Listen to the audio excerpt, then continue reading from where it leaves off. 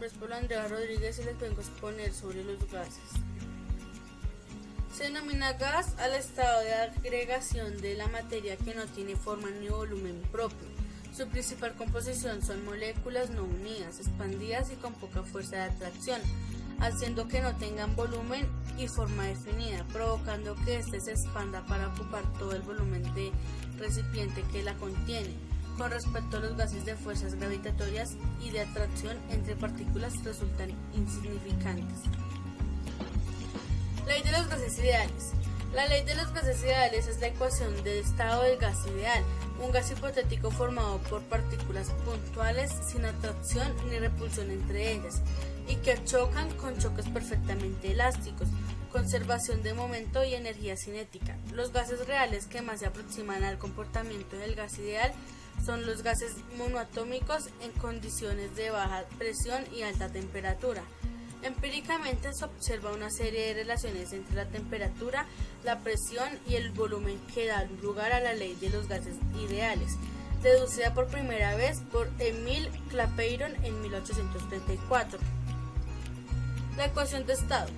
La ecuación de estado que describe normalmente la relación entre la presión, el volumen, la temperatura y la cantidad de un gas ideal es: presión por volumen es igual a moles de gas por constante de gas ideal por temperatura de Kelvin. Ecuación general de los gases ideales. Para una misma masa gaseosa, por tanto el número de moles es constante.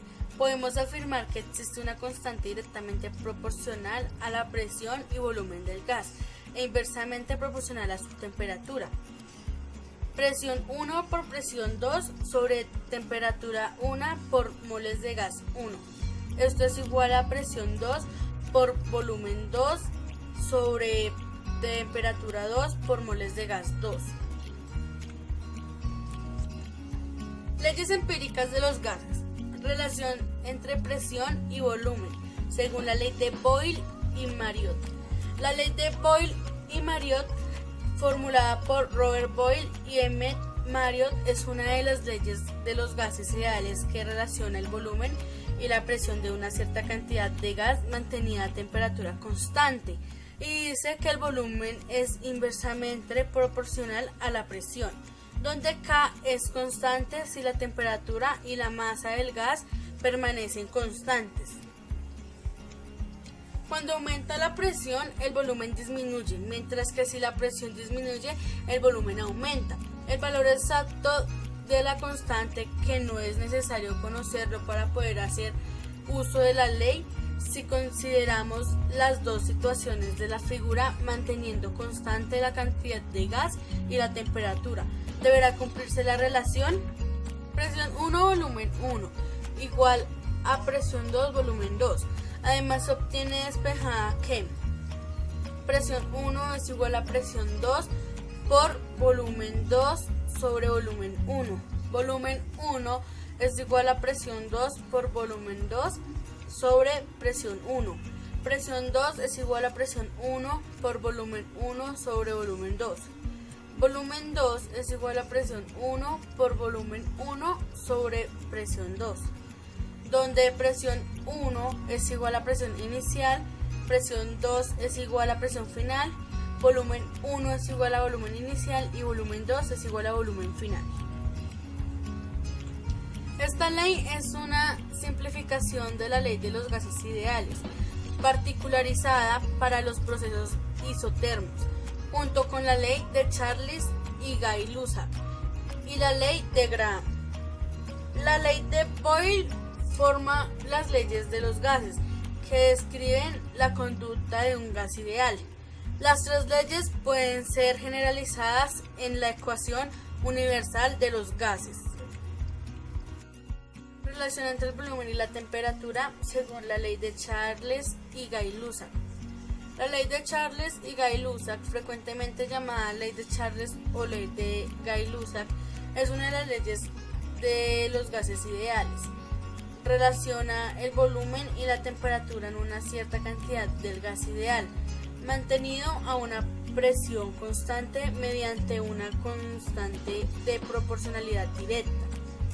En esta ley, Charles dice que a una presión constante, al aumentar la temperatura, el volumen del gas aumenta y al disminuir la temperatura, el volumen del gas disminuye. Esto se debe a que la temperatura significa movimiento de partículas, así que a mayor movimiento de las partículas, mayor volumen del gas.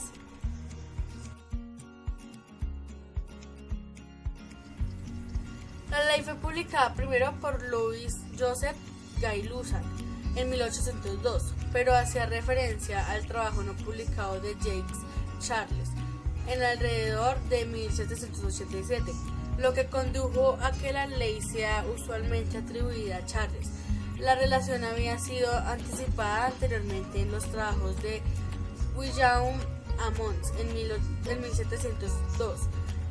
La ley de Charles es una de las más importantes leyes acerca del comportamiento de los gases y ha sido usada en muchas formas diferentes, desde globos de aire caliente hasta acuarios. Se expresa por la fórmula volumen sobre temperatura absoluta es igual a constante de proporcionalidad. Además se obtiene despejada que presión 1 es igual a temperatura absoluta 1 sobre temperatura absoluta 2 por presión 2.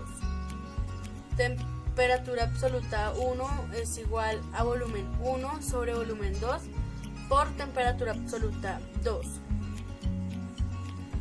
Presión 2 es igual a temperatura absoluta 2 sobre temperatura absoluta 1 por presión 1. Temperatura absoluta 2 es igual a volumen 2 sobre volumen 1 igual a temperatura absoluta 1. Siendo la presión constante, la temperatura aumenta y el volumen también. Siendo el volumen constante, la presión aumenta y la temperatura también.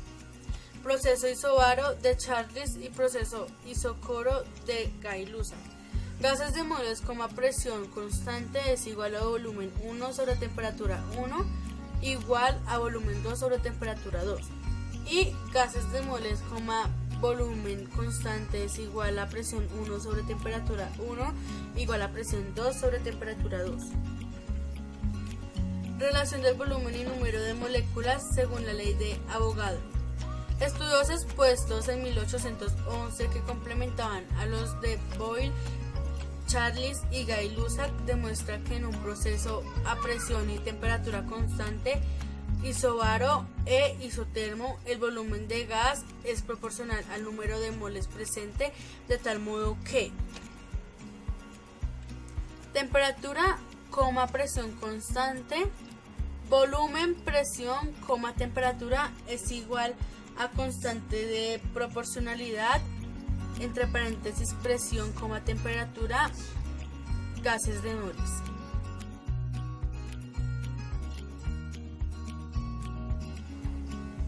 La ley de Gay-Lussac no tenía una interpretación adecuada en base a los postulados de la teoría atómica de Dalton. Para John Dalton y sus seguidores, las partículas que forman los elementos eran los átomos y según su hipótesis de máxima simplicidad, si dos elementos forman un solo compuesto, este tendrá un átomo de cada elemento. Así, para el agua suponía una fórmula HO. Según esto, un volumen de hidrógeno reacciona con un volumen de oxígeno para dar dos volúmenes de agua en contra de los datos experimentales.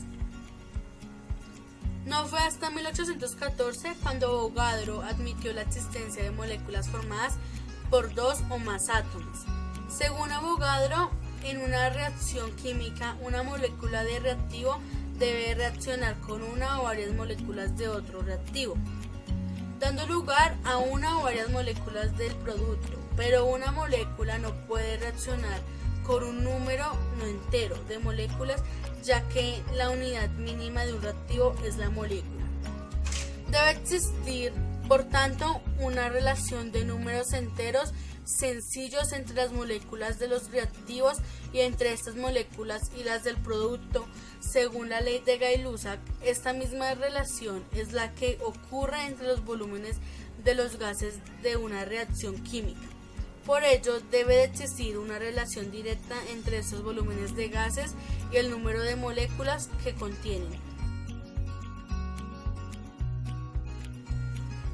la ley de Avogadro dice que volúmenes iguales de distintas sustancias gaseosas medidos en las mismas condiciones de presión y temperatura contienen el mismo número de partículas. También el enunciado inverso es cierto. Un determinado número de moléculas de dos gases diferentes ocupan el mismo volumen en idénticas condiciones de presión y temperatura. Esta ley suele enunciarse actualmente también como la masa atómica o átomo gramo de diferentes elementos contienen el mismo número de átomos. El valor de este número, llamado número de Avogadro, es aproximadamente 602.214.199 por 1023 a la 2, y es también el número de moléculas que contiene una molécula gramo o mol. Para explicar esta ley, Avogadro señaló que las moléculas de la mayoría de los gases elementales más habituales eran diatómicas: hidrógeno, cloro, oxígeno, nitrógeno, etc. Es decir, que mediante reacciones químicas se pueden separar en dos átomos. Teoría cinético-molecular, desarrollada por Ludwig Boltzmann y Maxwell, nos indica las propiedades de un gas a nivel molecular. Todo gas está formado por pequeñas partículas esféricas llamadas moléculas. Las moléculas gaseosas se mueven a altas velocidades en forma recta y desordenada. Los gases ejercen una presión continua al recipiente debido a los choques de las moléculas con las paredes de este. Los choques moleculares son perfectamente elásticos, no hay cambio de energía. No se toman en cuenta las interacciones de atracción y repulsión molecular. La energía cinética medida de la traslación de la molécula es directamente proporcional a la temperatura absoluta del gas. Mezcla de gases según la ley de Dalton. Es una mezcla de gases que no reaccionan entre sí. Cada molécula se mueve independientemente, de una forma análoga a como si estuviera totalmente aislada. En esa mezcla, cada gas se distribuye uniformemente por todo el espacio disponible como si ningún otro gas estuviese presente. Las moléculas ejercen la misma presión sobre las paredes del recipiente que los contiene, que la que ejercerían si no hubiera ningún otro gas presente. En 1803, Dalton, en los años 1766 al 1844, enunció la ley de las presiones parciales. En una mezcla de gases, la presión total ejercida por los mismos es la suma de las presiones que cada gas ejercería si estuviese solo en las mismas condiciones. Si varios gases A, B y C se colocan en un mismo recipiente, acaban formando una mezcla homogénea. La presión de cada gas ejerce individualmente en una mezcla se denomina presión parcial. La ley de Dalton de las presiones parciales se expresa: presión total es igual a presión A más presión B más presión C, y así sucesivamente. Tanto la mezcla de los gases como cada componente individual cumplen la ecuación de los gases ideales o perfectos. Presión total por volumen es igual a gases de moles A más gases de moles B más gases de moles C, y así sucesivamente. Relaciones entre masa, densidad y masa molecular o molar de un gas. Volúmenes iguales de gases contienen el mismo número de moléculas en las mismas condiciones de presión y temperatura. Manteniendo constantes estas condiciones, la masa de idénticos volúmenes de gases deben ser proporcionales a las masas de las moléculas que los forman. Se cumple densidad gas A sobre densidad gas B es igual a masa molecular gas A sobre masa molecular gas B. Conocidas la presión, el volumen y la temperatura, a que se encuentran un gas, puede deducirse la masa molecular, la densidad del gas o la masa de una muestra. Moles de gas es igual a masa del gas sobre masa de un mol. Esto es igual a miligramos sobre masa. Sustituyendo en la ecuación de los gases ideales, PV es igual, entre paréntesis, miligramos temperatura molecular sobre masa. Esto es igual a masa y esto es igual a miligramos temperatura molecular sobre PV. De igual forma puede conocerse la densidad de un gas. Densidad es igual a miligramos sobre volumen, esto es igual a presión, masa sobre temperatura molecular. Gases reales. Si se quieren afinar más o si se quieren medir el comportamiento de algún gas que escapa al comportamiento ideal, habrá que recurrir a la ecuación de los gases reales, que son variadas y más complicadas cuanto más precisas. Los gases reales no se expanden infinitamente, sino que llegaría un momento en el que no ocuparían más volumen. Esto se debe a que entre sus átomos, moléculas, se establecen unas fuerzas bastante pequeñas debido a los cambios aleatorios de sus cargas electrónicas, a las que llaman fuerzas de Van der Waals.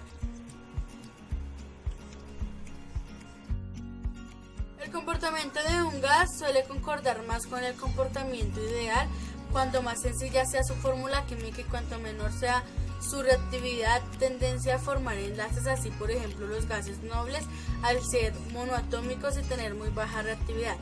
Sobre todo, el helio tendrán un comportamiento bastante cercano al ideal. Le seguirán los gases diatómicos, en particular el más liviano, hidrógeno. Menos ideales serán los triatómicos como el dióxido de carbono. El caso del vapor de agua aún es peor, ya que la molécula, al ser polar, tiende a establecer puentes de hidrógeno, lo que aún reduce más la idealidad.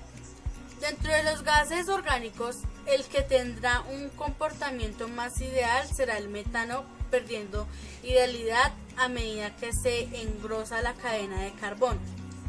Así, el butano es de esperar que tenga un comportamiento ya bastante alejado a la idealidad.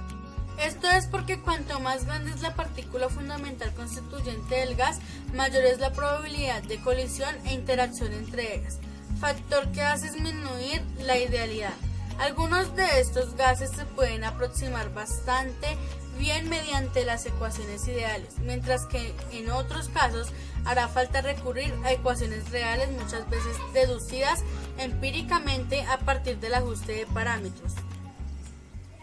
También se pierde la idealidad de condiciones extremas, altas presiones o bajas temperaturas.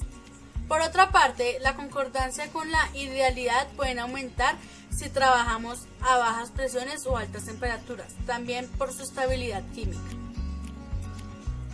La ecuación de Van der Waals. Entre paréntesis, presión más A sobre volumen molar a la 2. Entre paréntesis, volumen molar menos B. Esto es igual a temperatura molecular. Nótese que Vm es igual al volumen molar. En esta expresión, A, B y R son constantes que dependen de la sustancia en cuestión. Puede calcularse a partir de las propiedades críticas de este modo.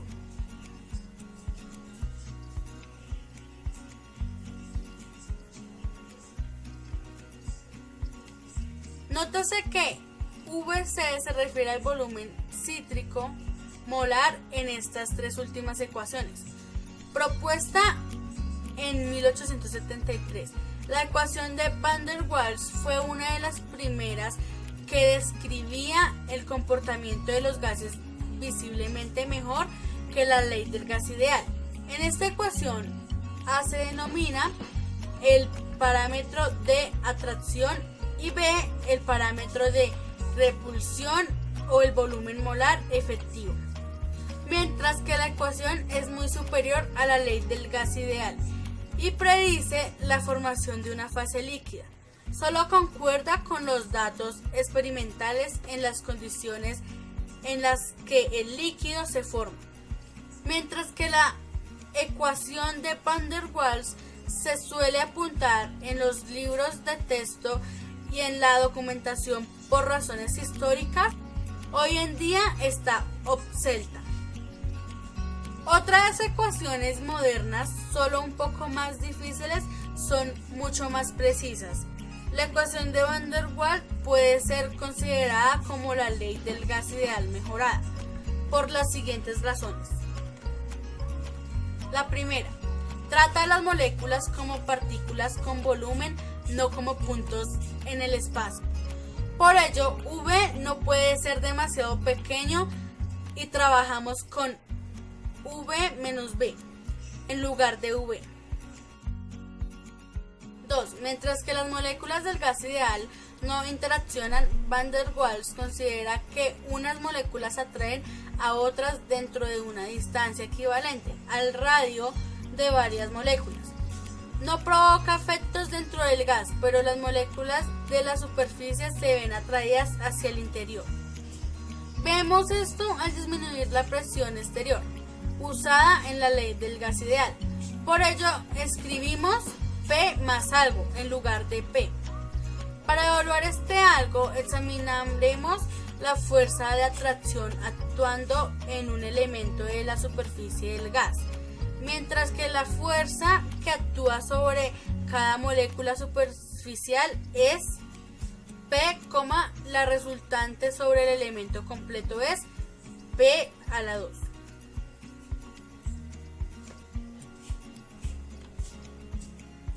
La ecuación virial. Aunque generalmente no es la ecuación de estado más conveniente, la ecuación virial es importante dado que puede ser obtenida directamente por mecánica estadística. Si se hacen las suposiciones apropiadas sobre la forma matemática de las fuerzas intermoleculares, se pueden desarrollar expresiones teóricas para cada uno de los coeficientes. En este caso, B corresponde a interacciones entre pares de moléculas, C a grupos de 3 y así sucesivamente. Esto es un ejercicio resuelto sobre los gases.